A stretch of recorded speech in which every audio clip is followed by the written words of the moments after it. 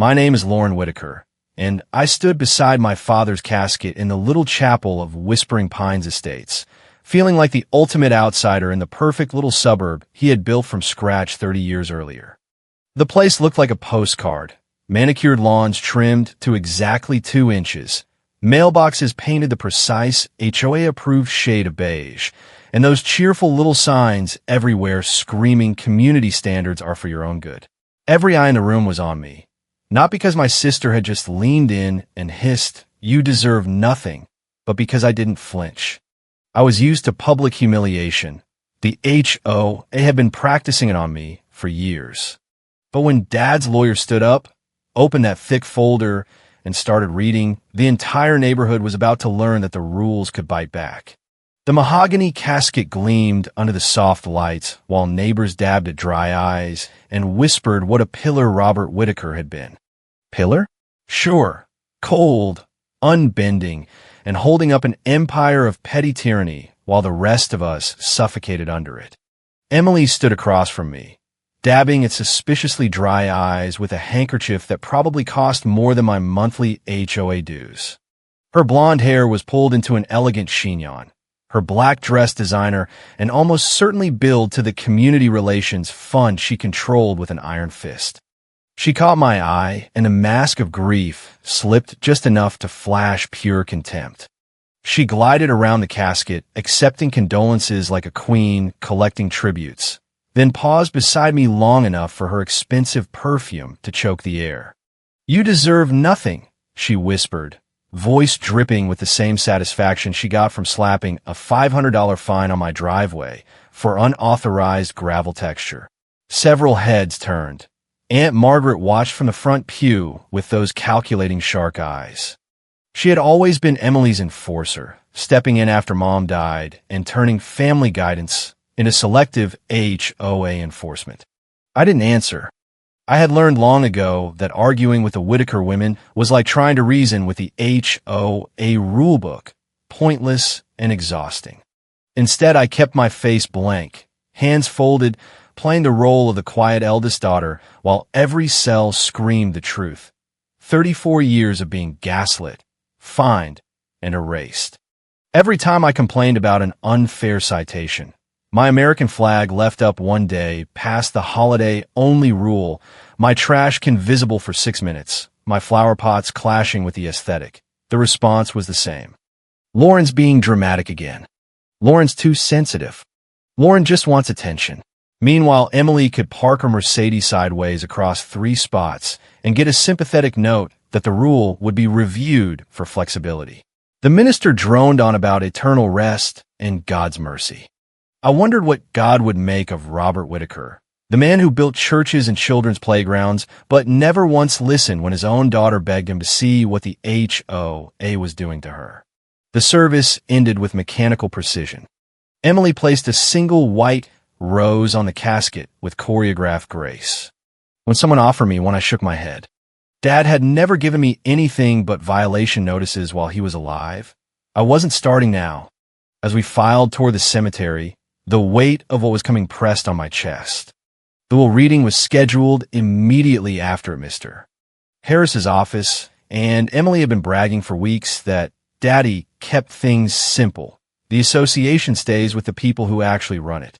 She had no idea 3 weeks earlier Dad had called me at 2 a.m., voice shaking, and shown me the revised trust documents that controlled the entire HOA. Something had changed, and soon the whole neighborhood would know exactly what. Memories crashed over me as the dirt hit the casket. At 7, I'd stood in Dad's study, trying to explain the crushing headaches that made me see spots. "There's nothing wrong with you, Lauren," he'd said without looking up from his blueprints. "You're just trying to get out of school. Emily manages fine." Emily managed fine because she was believed. When she complained of a stomachache, meetings were canceled. When I collapsed during the school play from undiagnosed anemia, Dad accused me of staging it for attention. The ER doctor had been stunned by his dismissiveness. After Mom died of cancer when I was 12, Aunt Margaret swept in like a cold front, establishing herself as the moral authority of both family and HOA board. "Emily has such potential," She'd coo at every gathering, hand on my sister's shoulder, so poised, so intelligent. Nothing like the sentence always trailed off when her eyes landed on me. The irony was I had excelled anyway. Straight A's, full scholarship, marketing director at a Fortune 500 before the merger gutted my department. Every success was met with suspicion. You must have cheated the system. Emily sneered when I got into the honors program she'd been rejected from. Dad didn't disagree. At my high school graduation, I won the English award and science medal. Dad was in the lobby on a business call. Emily smirked from the audience. Nobody cares about high school awards. Real success happens in the real world. The real world, according to Dad, was where I was supposed to fail. When I landed the big job straight out of college, he credited quotas and diversity hiring. Never mind summa cum laude. Never mind beating out 200 candidates.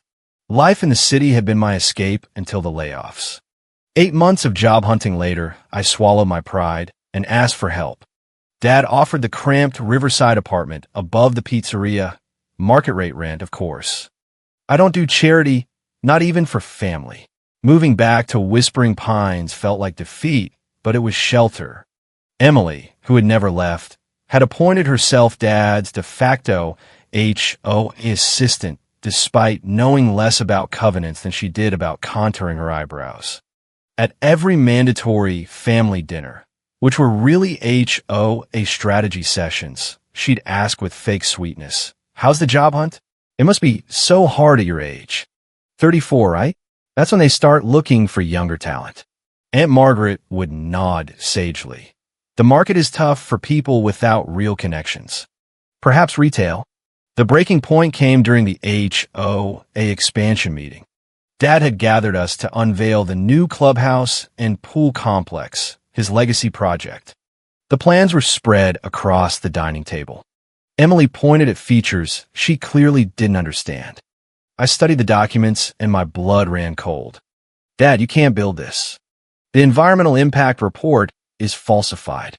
Those wetland boundaries are wrong. If the city finds out, the HOA could face massive fines, maybe even criminal charges." The room went silent. Emily laughed. "Lauren's being dramatic again. She doesn't know anything about community development." I shot back that I knew federal and local regulations, but Dad slammed his hand on the table. "Emily's been working with me for years." I left, but not before photographing every page. That night, I couldn't sleep. I knew I should let them crash and burn. They deserved it.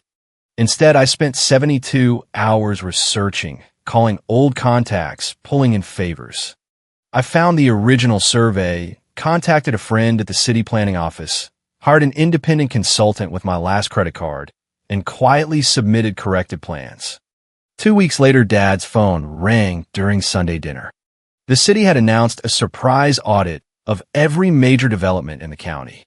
Every other HOA was scrambling. Whispering Pines. Paperwork mysteriously perfect. "It's like someone knew this was coming," the lawyer said over speakerphone.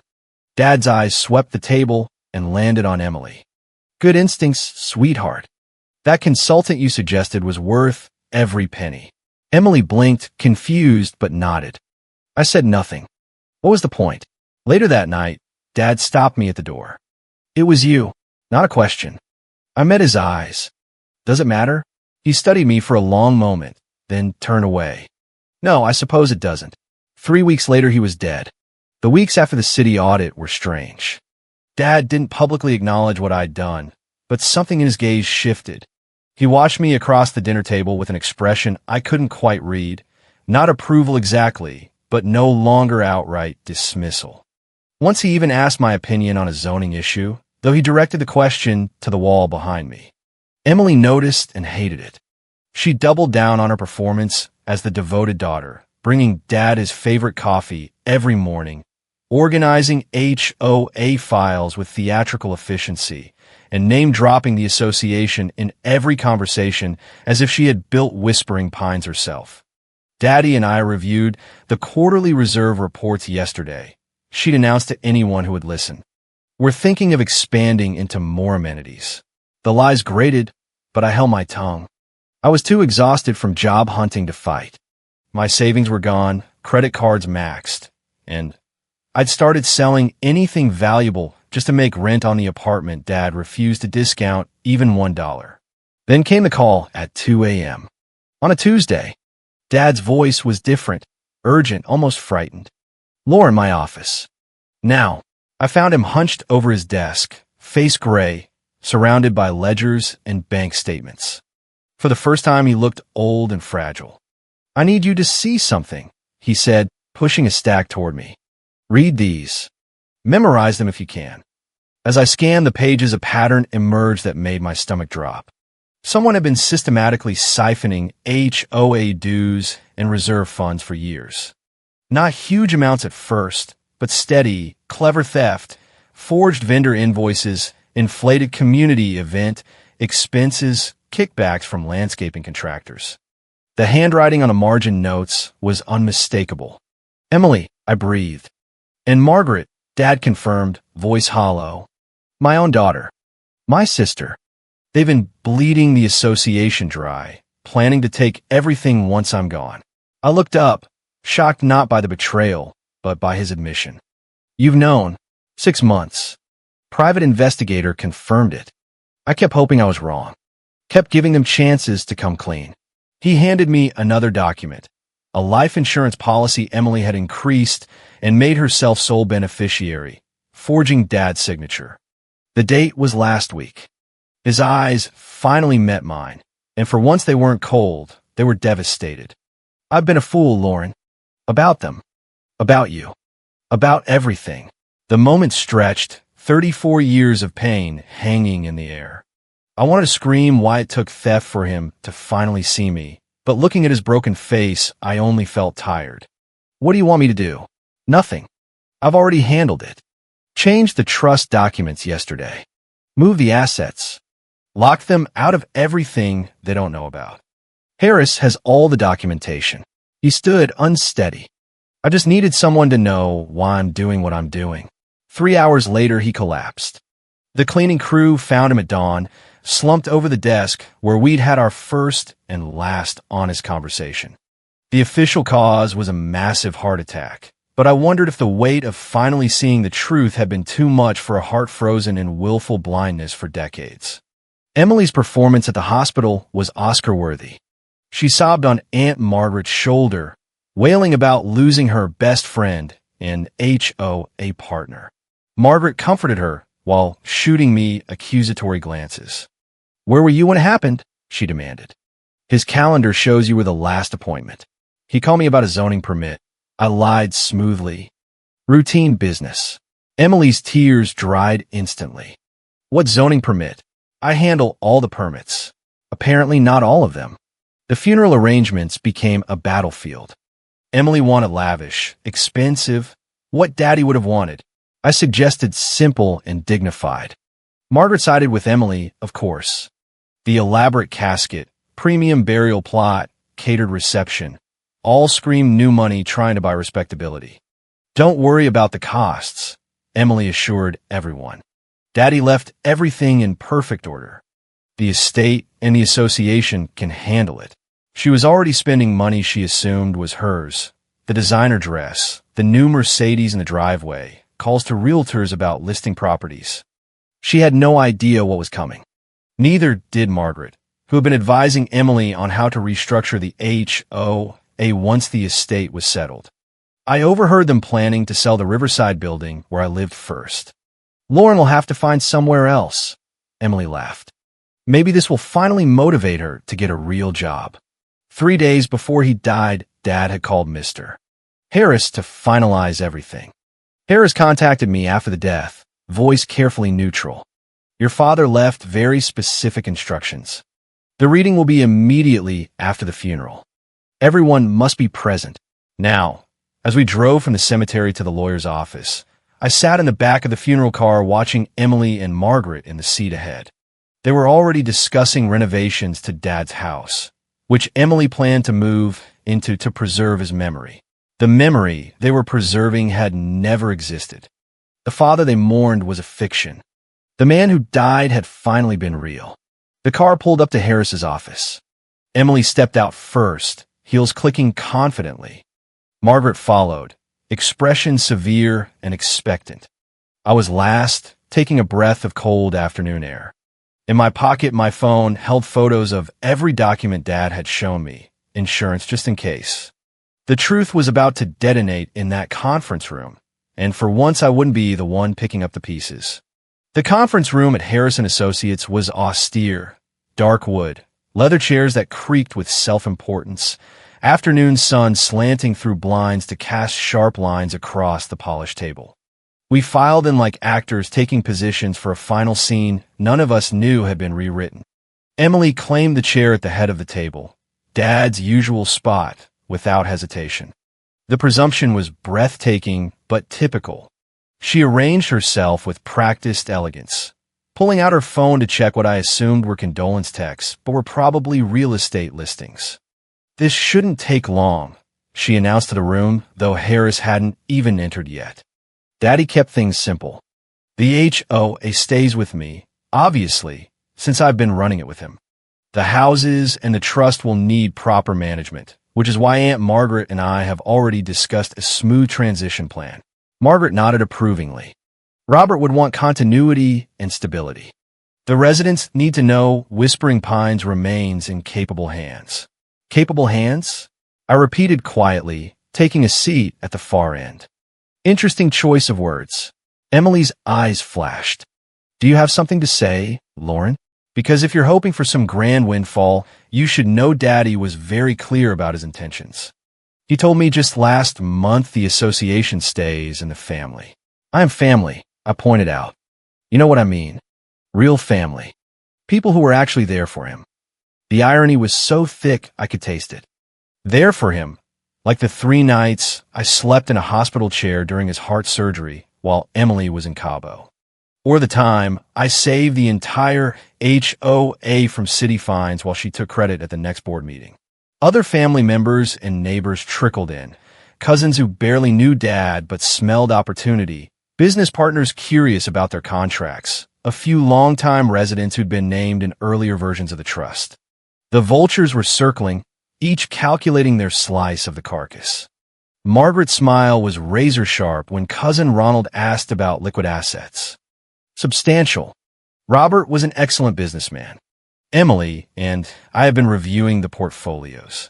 "You've been reviewing Dad's private portfolios?" I interrupted. "How? Those require authorized access." Emily waved dismissively. "I had power of attorney, since I've been actually involved in his life. Not everyone abandoned him for some city pipe dream." The lie was so brazen, I almost admired it. I had seen the forged power of attorney forms in the stack Dad showed me, dated 3 months ago, never filed. She had been planning this long before his death. Harris entered then, followed by his assistant carrying a box of documents. The lawyer was in his 70s, had been Dad's attorney for 30 years. His expression was professionally neutral, but I caught the tiny glance of anticipation he sent my way. "Thank you all for coming," he began. "I know this is a difficult time. Robert was a friend as well as a client, and his passing is a tremendous loss." Yes, Emily interrupted. "We all miss Daddy terribly, but he would want us to handle this efficiently. He hated drawn-out proceedings." Harris's eyebrows rose slightly. "Indeed. Then let's proceed. This is Robert Whitaker's last will and testament, executed 6 days before his passing, superseding all previous versions." Emily's phone clattered onto the table. 6 days? That's impossible. I would have known. Harris continued smoothly. "The trust is substantial, including controlling interest in Whispering Pines, HOA, multiple properties, investment accounts, and the reserve fund totaling approximately $42 million. The room went silent. Even I hadn't known the exact figure. Emily's eyes gleamed with greed, while Margaret leaned forward, already calculating her influence. "The bequests are as follows," Harris began. "To my sister Margaret Whitaker, I leave the sum of $1. You know what you did." Margaret's face drained of color. "What? There must be a mistake." "To my daughter, Emily Whitaker," Harris continued, voice steady, I leave the sum of $1 and the contents of storage unit 47B on Riverside Drive with this message. The unit contains everything you've already taken from me. Consider us even. Emily shot to her feet. This is insane. I'm his daughter. I run the HOA. This can't be legal. Please sit down, Miss Whitaker, Harris said firmly. There's more. Emily remained standing, face cycling through shock, rage, and disbelief. He was sick, not in his right mind. Lauren did something. She manipulated him. Harris ignored her and kept reading. To the cousins, he left small bequests, vintage drafting tools, a few $1,000s, enough to acknowledge them, but nothing life-changing. The business partners were assured their contracts would be honored. And then Harris's eyes found mine. To my daughter Lauren Whitaker, I leave the remainder of my estate in its entirety. This includes controlling interest in the Whispering Pines HOA Trust, all properties, all investment accounts, and all personal effects not otherwise specified. The room exploded. Emily actually screamed, a sound of pure animal rage that made everyone recoil. Margaret was on her feet, shouting about lawsuits and mental capacity. Cousins talked over one another, some congratulating me, others questioning legitimacy. I sat perfectly still, letting the chaos wash over me. This was vindication, not joy, not triumph, just the quiet settling of scales that had been unbalanced for 34 years. This is illegal, Emily snarled, turning on me. You drugged him. You forged this. Harris interrupted, pulling out another document. Your father anticipated challenges. He provided this letter to be read in the event of any disputes. The room fell silent again as Harris cleared his throat and began to read in Dad's own words. The last message from beyond the grave that would shatter their illusions forever. Harris adjusted his glasses and read in a clear, measured voice. To those gathered here, especially Emily and Margaret, I imagine you're shocked. Good. Shock might be the only thing that penetrates the delusion you've been living in. This letter serves to explain my decisions and to ensure there are no misunderstandings about my mental state or my intentions. First, regarding my mental capacity, 3 independent psychiatrists evaluated me in the past month. Their reports are attached, confirming I am of completely sound mind. Additionally, I have provided Mr. Harris with video recordings of myself discussing these decisions, dated and witnessed. Any legal challenge based on mental incompetence will fail. Margaret had collapsed back into her chair. Emily stood frozen. Harris continued. To Margaret, my sister, you have been stealing from the HOA for 7 years. The forensic accountant I hired has documented every transaction. The fake vendor accounts, the inflated invoices, the kickbacks from suppliers. $23,000 here, $40,000 there. It adds up to $1.7 million. I have not pressed charges only because of our mother's memory.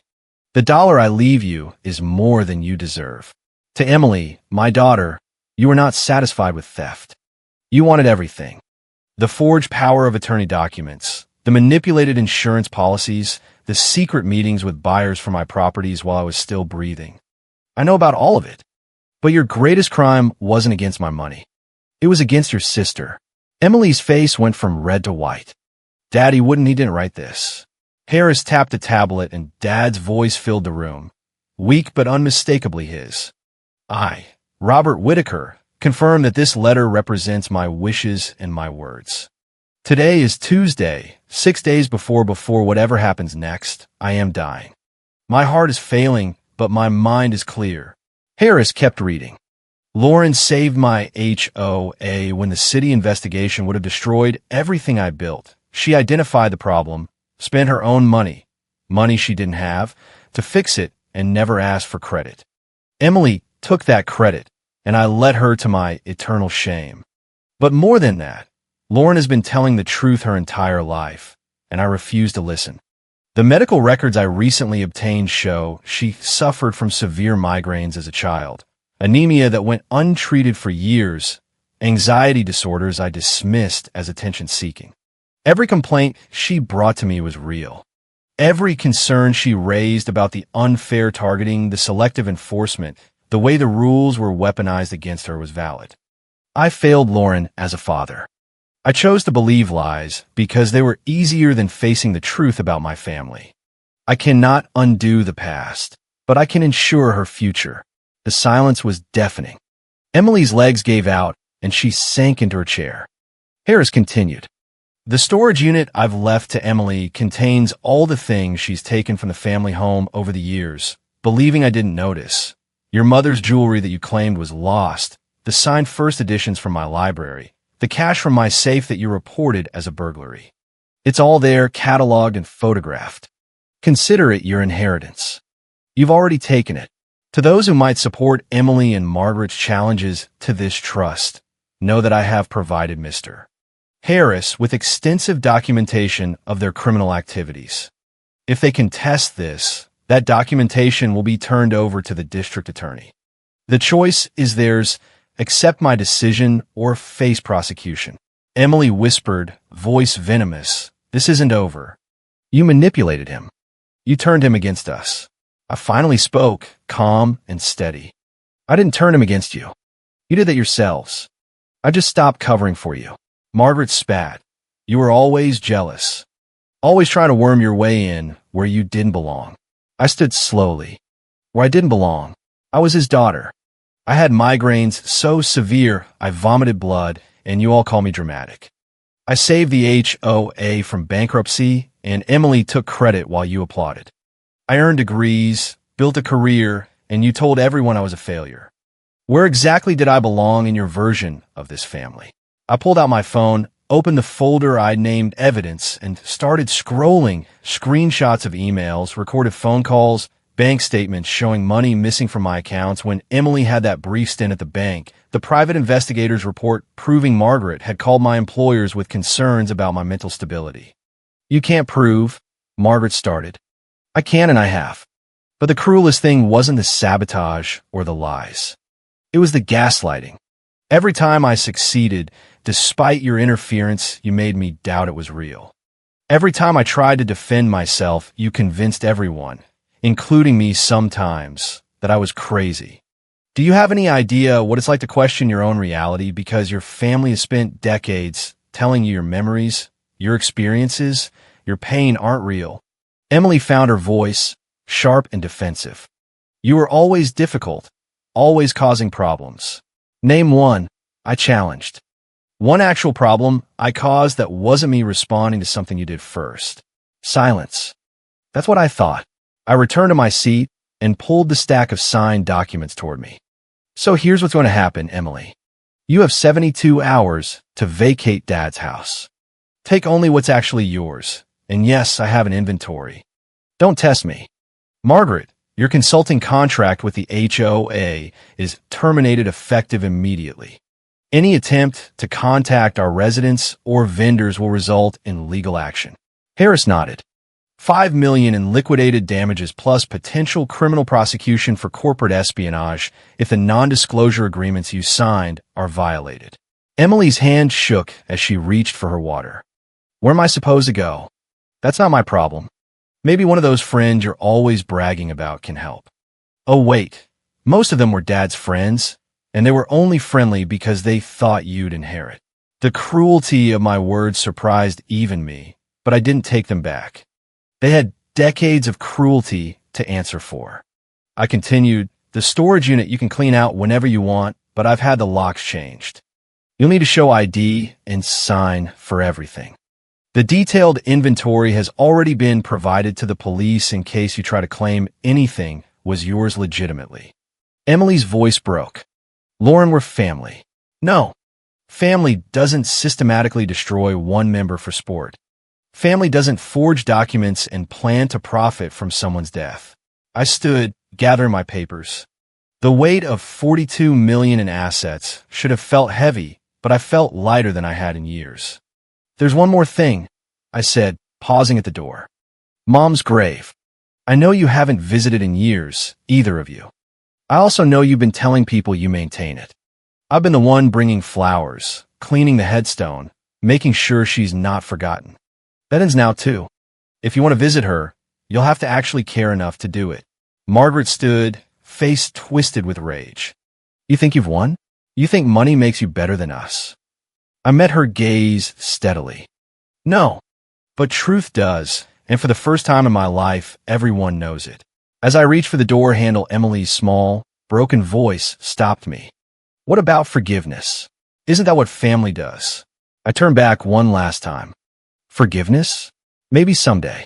But forgiveness doesn't mean forgetting, and it certainly doesn't mean giving you another chance to destroy me. You made your choices for 34 years.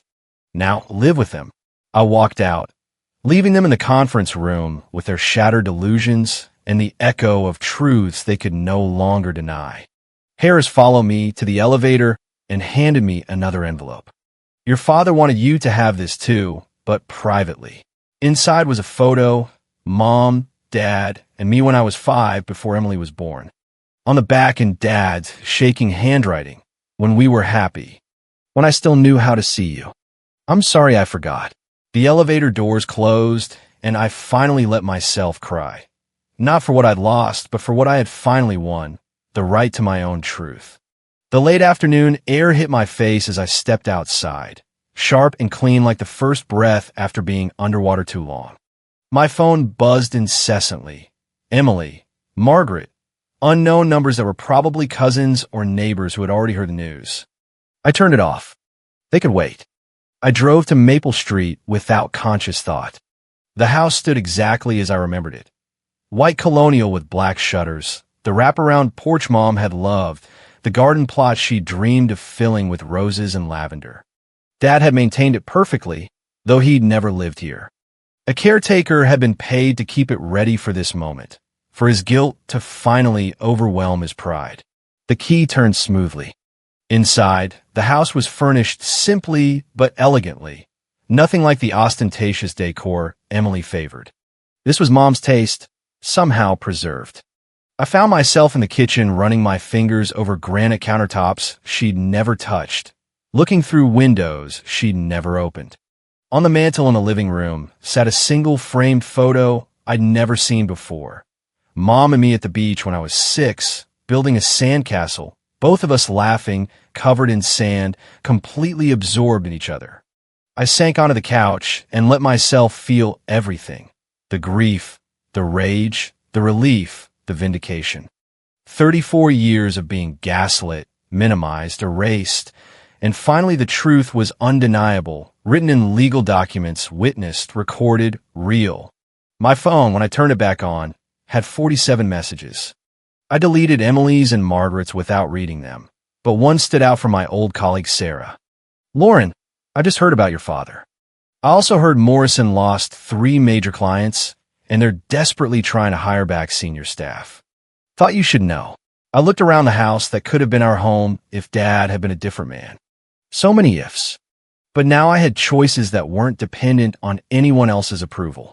I made 3 calls that evening. First, to a property management company to handle the rentals, including giving my current tenants in the Riverside building 3 months free rent and first option to buy at below market rates. They were good people who had been victims of the old regime too. Second, to the CEO of my old firm politely declining their offer to return, but recommending Sarah for the position. I didn't need them anymore. Third, to a contractor about renovating the Maple Street house exactly as Mom had described in the journal I found in the closet. Her handwriting still clear after all these years. A kitchen island where the girls can do homework while I cook, a reading nook by the bay window, a garden with a bench where we can watch the sunset. As darkness fell, I stood on the porch Mom had dreamed about, looking out at the street she'd walked with such hope. Behind me was a house that represented everything that could have been. Before me stretched a future that was finally entirely mine. I thought about Emily and Margaret, probably already consulting lawyers, scheming for ways to contest the trust despite the consequences. Let them. The evidence against them was overwhelming, and I had something they'd never had, the truth on my side and the strength that comes from surviving their worst and emerging whole. They tried to convince me I was nothing, and in doing so had forced me to become everything they weren't: resilient, independent, real. A text came through from Harris. The house transfer is complete. The HOA transition documents are ready whenever you are. Your father would be proud. Would he? I didn't know. But for the first time, it didn't matter. I didn't need Robert Whitaker's pride, or Emily's acknowledgement, or Margaret's approval. I had something better. My own truth, finally validated, finally free. I went back inside my house, closed the door on the past, and opened Mom's journal to the last page. Dated a week before her diagnosis, she had written, "I hope Lauren knows she's enough, exactly as she is. I hope she never lets anyone convince her otherwise." I raised my glass of wine to the empty room. I know now, it took 34 years and Dad's death to prove it, but I finally know. The house settled around me, peaceful and quiet, holding space for a future that was mine to write. No more fighting for scraps of recognition. No more defending my reality. No more being the HOA scapegoat. Just me, the truth, and $42 million worth of vindication. The revenge was complete. But this was just the beginning. Thank you so much for listening to my story. I'd love to know where you're listening from. Please leave a comment and let's connect. If this HOA Karen story resonated with you, please subscribe to the channel and share your thoughts below. Your own experiences and perspectives mean the world to me.